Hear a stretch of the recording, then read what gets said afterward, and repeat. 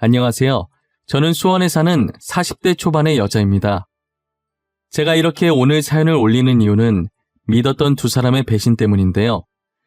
저는 인복이 많은 사람인 줄만 알았는데 이런 비극을 겪을 줄은 꿈에도 몰랐어요. 복수라도 시원하게 해주고 싶었는데 지금까지 싸워본 적이 없어서 싸울 줄도 모르는 사람이 복수라고 뭘 알겠나요? 그래도 제 나름대로 복수한다고 했지만 영 시원치는 않네요. 제가 어쩌다가 드라마에나 나올 법한 이런 일을 당하게 되었는지 지금부터 제 이야기를 들려드릴게요. 저는 남들이 부러워할 만큼 다정하고 세심한 남편과 결혼을 했어요. 남편은 평소에도 제가 좋아할 만한 것들을 퇴근하면서 사오곤 했었어요. 그러다 언젠가부터 남편이 퇴근하고 집에 들어올 때 꽃을 사서 들어오더라고요. 원래도 무언가를 잘 사오는 양반이라서 갑자기 꽃을 사와도 별로 놀랍지가 않았어요. 그래도 저도 여자였는지 꽃을 받으니까 기분은 좋아지더라고요. 생화라 그런지 꽃에 나는 향기도 너무 좋았어요. 하지만 이것도 하루 이틀은 좋았는데 자주 사오다 보니까 꽃을 처리하기가 힘들더라고요. 꽃병에 꽂아두기도 하고 책갈피를 만들어 보기도 하고 이쁘게 말려서 드라이 플라워를 만들어 보기도 하고 꽃으로 만들 수 있는 건 다 만들어 본 것 같아요. 이제 제가 더 이상 꽃 안 사와도 된다고 나중에 치우는 것도 다 일이라고 말했는데 남편은 아랑곳하지 않고 꽃을 계속 사오더라고요. 이쯤 되니 저도 그냥 자기가 좋아서 사오는 건가 싶은 생각이 들었어요. 저는 평소 집에 올 때 주변을 둘러보지 않고 앞만 보고 직진하는 스타일이에요.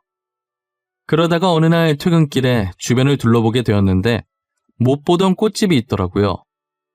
밖에서 꽃집 안을 살짝 둘러보고 있는데 가게 안에 절친한 친구가 있었어요.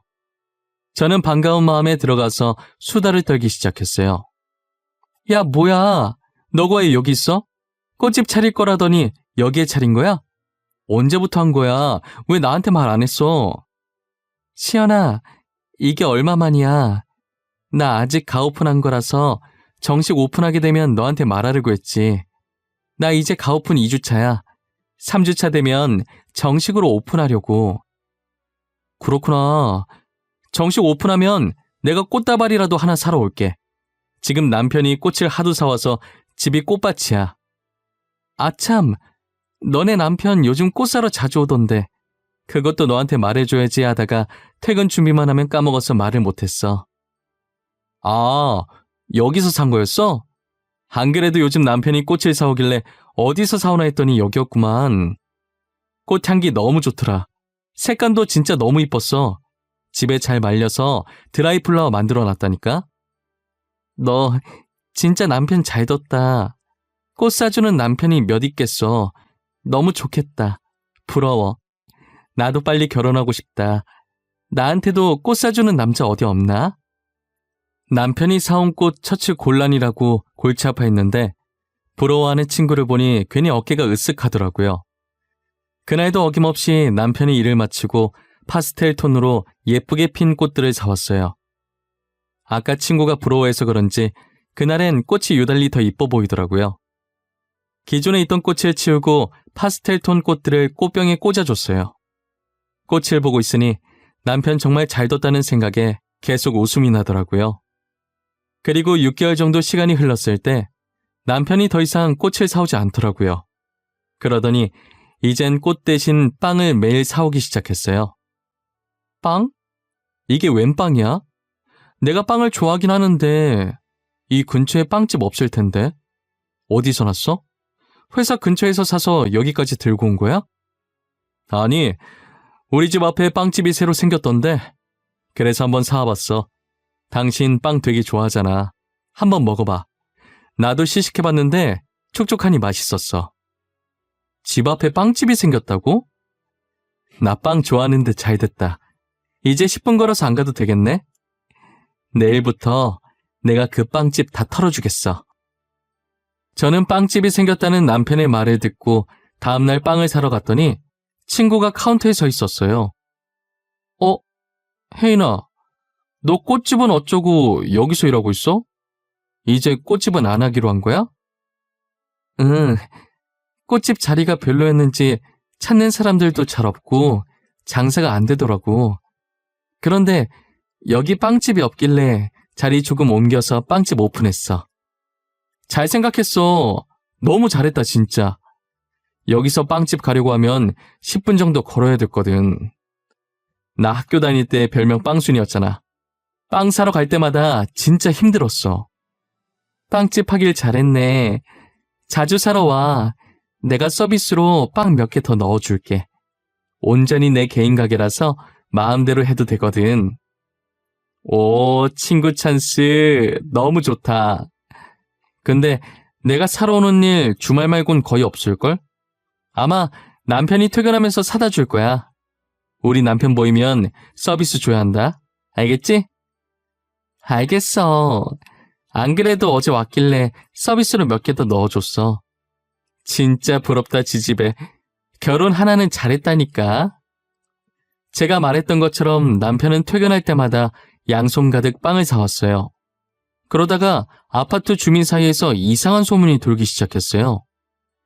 그 얘기 들었는가? 아니 왜 있자녀? 백일동에 사는 멀끔하게 생긴 남자 말이여. 그 남자랑 요 앞에 빵집 사장이랑 사귄다던데 얘기 못 들었는가? 에? 그 키 크고 훤칠한 남자 말씀하시는 거예요?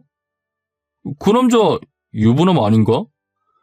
제가 전에 와이프로 보이는 사람이랑 같이 나가는 거 봤는데. 결혼을 했어? 근데 왜 그런 소문이 났을까?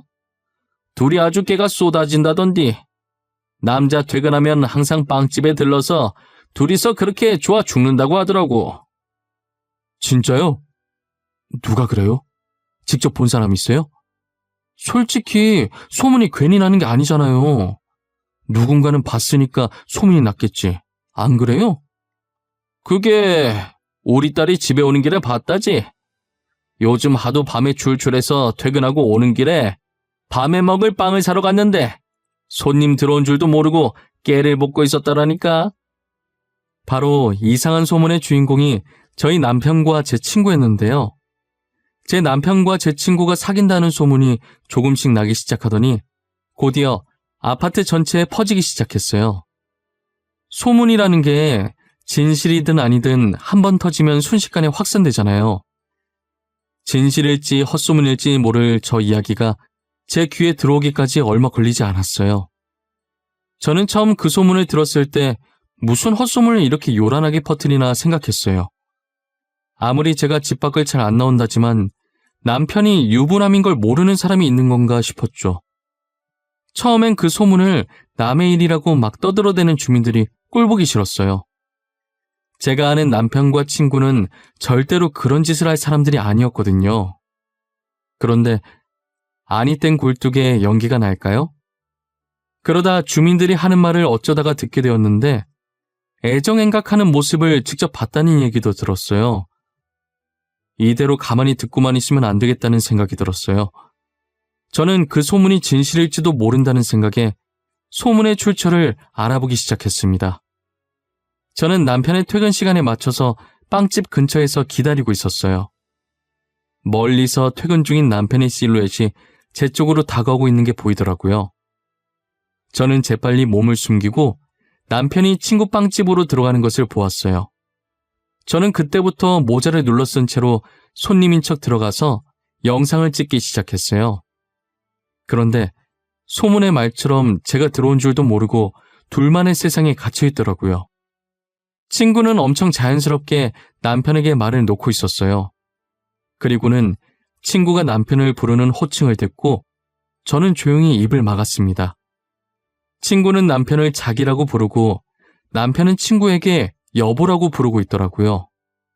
오늘 새로 만든 빵이라면서 친구가 남편 입에 빵을 넣어주는데 정말 모르는 사람들이 보면 저 둘이 신혼부부인 줄 알 정도겠더라고요.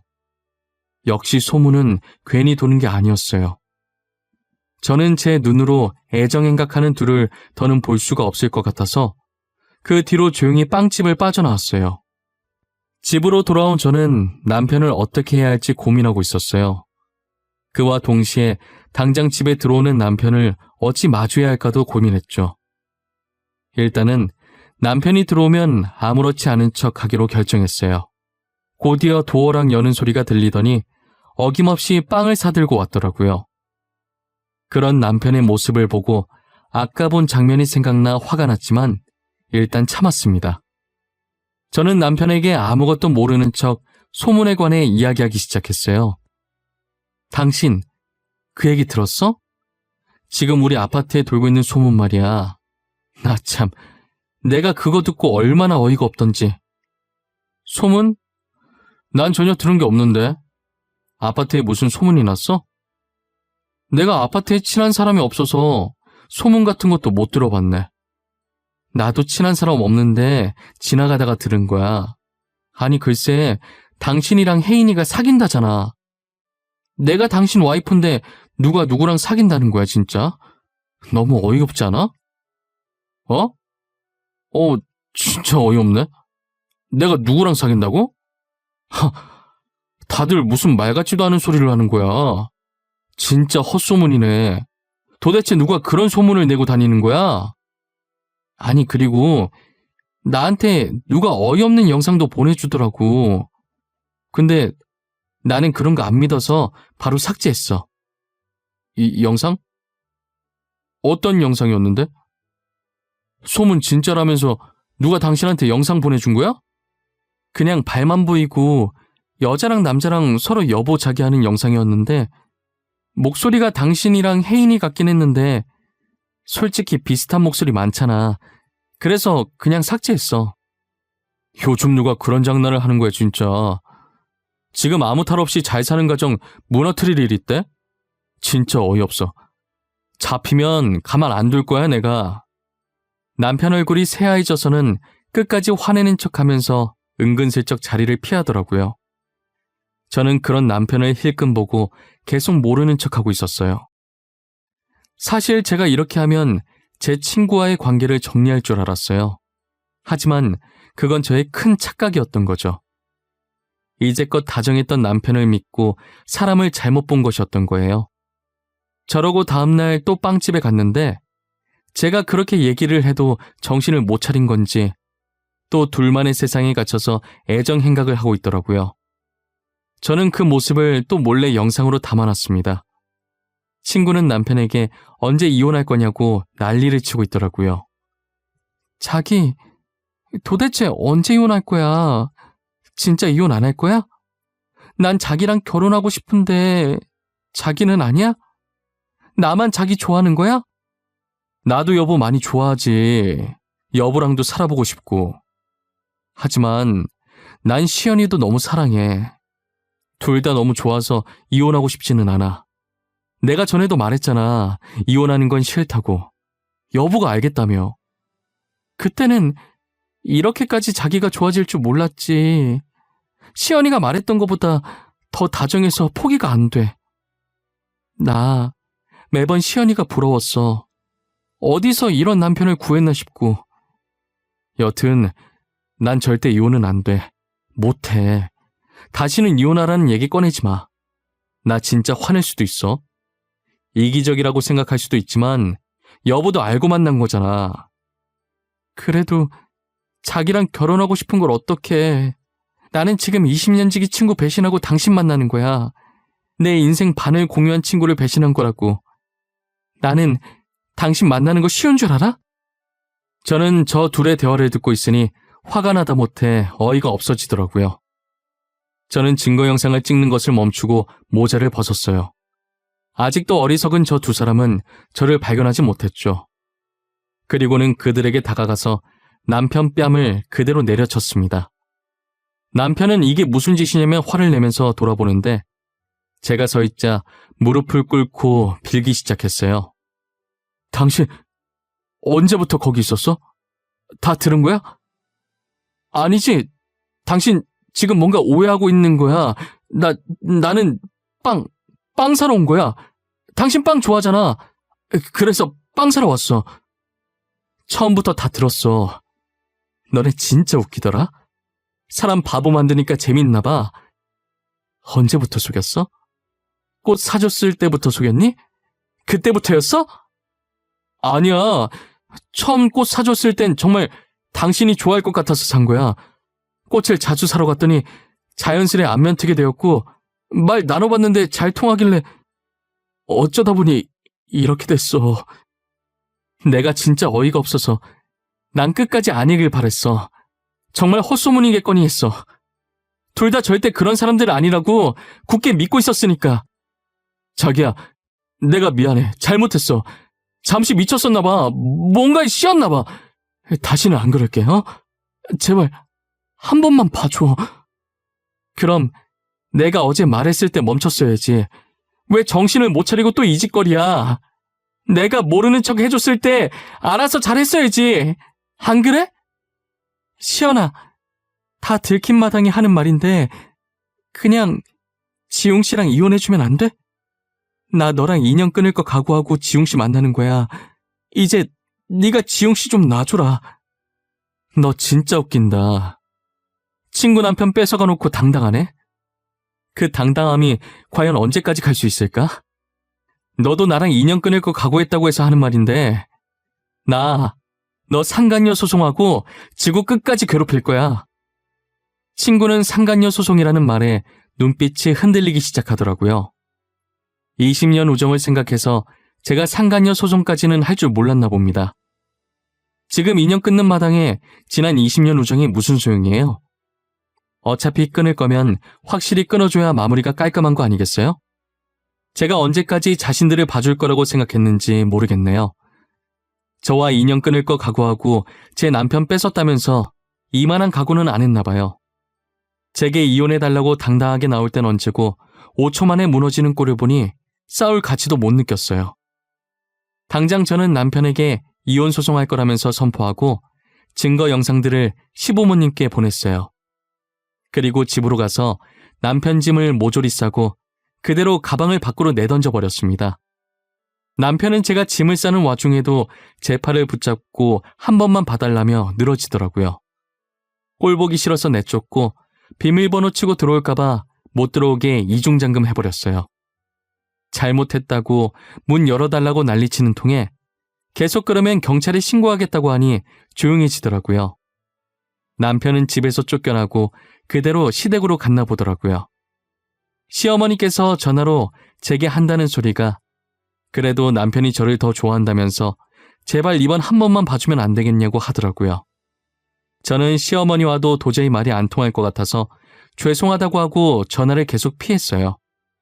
그 뒤로 저희가 난리치는 걸 들은 주민들이 발빠르게 소문을 퍼나르기 시작했고 친구의 빵집은 제가 나서지 않아도 안 좋은 소문이 퍼져서 알아서 망하게 되었어요. 친구는 아직도 정신을 못 차리고 제가 자신을 망하게 했다고 생각하더라고요. 저보고 진짜 독하다고 사람이 어떻게 그럴 수 있냐고 문자를 보내길래 전화를 걸었어요. 내가 사람같이 대우해주는 건 오늘이 마지막이야. 네가 한 잘못은 생각 안 하고 누구 보고 독하다는 거야? 뭐? 사람같이 대우? 너 말하는 거 진짜 웃긴다. 내가 지금 누구 때문에 이 꼴이 됐는데 어떻게 이렇게 독할 수가 있어? 네가 누구 때문에 이 꼴이 되다니 온전히 너의 잘못으로 이렇게 된 거야. 네가 잘못해놓고 왜 엄한 사람한테 잘못을 뒤집어 씌우려고 해? 너가 소문만 안 냈어도 이렇게 망할 일은 없었어. 사람이 어떻게 그럴 수가 있냐? 우리가 알고 지낸 세월이 얼만데. 진짜 적반하장도 유분수지. 그 소문 내가 냈다고 생각해? 그 소문도 네가 낸 거야. 평소에 행동을 잘했어야지. 그리고 알고 지낸 세월이 얼만데? 누구세요? 저 아세요? 이만 끊을게요. 문자를 보냈을 때부터 느꼈는데 전화로 들으니 친구는 확실히 반성할 기미가 없다는 게 보이더라고요. 어떻게 이런 사람을 20년 동안이나 친구로 믿고 지냈는지 제가 정말 사람 보는 눈이 없다는 걸 느꼈어요. 한동안은 남편의 시어머니의 친구까지 제 폰이 쉴 틈이 없었어요. 친구는 제게 당장 상간녀 고소 취하 안 하면 큰일 날 거라고 협박까지 하더라고요. 저는 침착하게 아무런 답장을 하지 않고 그대로 친구의 협박죄까지 추가시켰어요. 큰일은 본인이 난 것 같은데 제가 도대체 어떻게 큰일이 난다는 건지 모르겠어요. 방귀 낀 놈이 성낸다는 말이 이럴 때 쓰이는 말인 것 같아요. 저는 소송 끝에 남편과 이혼하고 남편과 친구에게 위자료를 받아냈어요. 다니던 회사를 그만두고 위자료로 받은 돈으로 온라인 쇼핑몰을 열어서 새 출발을 했습니다. 워낙 쇼핑몰이 많아서 장사가 안 될 줄 알았고, 그래서 처음에는 조그마한 원룸에 사무실을 차렸었어요. 제가 대학생들을 주 고객층으로 둬서 용돈으로도 부담 없이 살 수 있게끔 가격을 다른 쇼핑몰에 비해 싸게 책정하다 보니 원래 생각했던 것보다 장사가 훨씬 더 잘 되더라고요. 도저히 저 혼자서는 일을 못할 것 같다는 생각이 들었고 결국 알바생을 몇 명 뽑기로 했어요. 들어온 이력서들을 정리하고 있는데 눈에 띄는 이름이 보이더라고요. 제 친구였던 사람이자 제 남편의 상간녀였던 사람과 이름이 똑같았어요. 설마 하는 마음으로 일단 서류 전형에 합격시켰어요. 면접 날이 되었고 서류 전형에 합격한 사람이 한 명씩 들어오는데 역시나 예상대로 친구가 들어오더라고요. 친구는 저를 보자마자 웃고 있던 얼굴이 서서히 굳어가기 시작했어요. 다들 얼굴에 미소가 가득한 게 굉장히 밝고 일을 잘할 것 같아 보이네요. 그런데 서혜인 씨는 표정이 왜 그런 거죠? 무슨 안 좋은 일이라도 있으신가 봐요? 아닙니다. 제가 원래는 정말 잘 웃는 편인데 긴장을 너무 많이 해서 그런 것 같습니다. 죄송합니다. 아니에요. 죄송할 거 전혀 없어요. 긴장하다 보면 그럴 수도 있죠. 그래도 면접인데 억지로라도 웃어야 되지 않겠어요?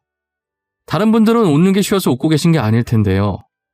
살짝 날이 서 있는 제 말에 서로 눈치를 보며 면접장 분위기는 순식간에 살얼음판이 되었어요. 하지만 제가 곧바로 다른 지원자분들에겐 상냥하게 이것저것 하나하나 질문하니 지원자들도 제가 하는 질문에 또박또박 웃으면서 대답을 하더라고요.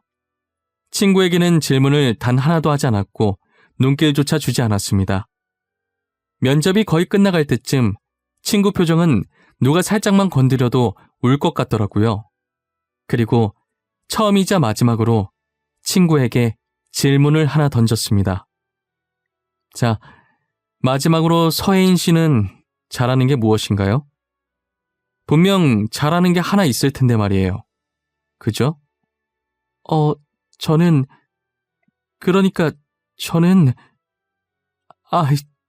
죄송합니다.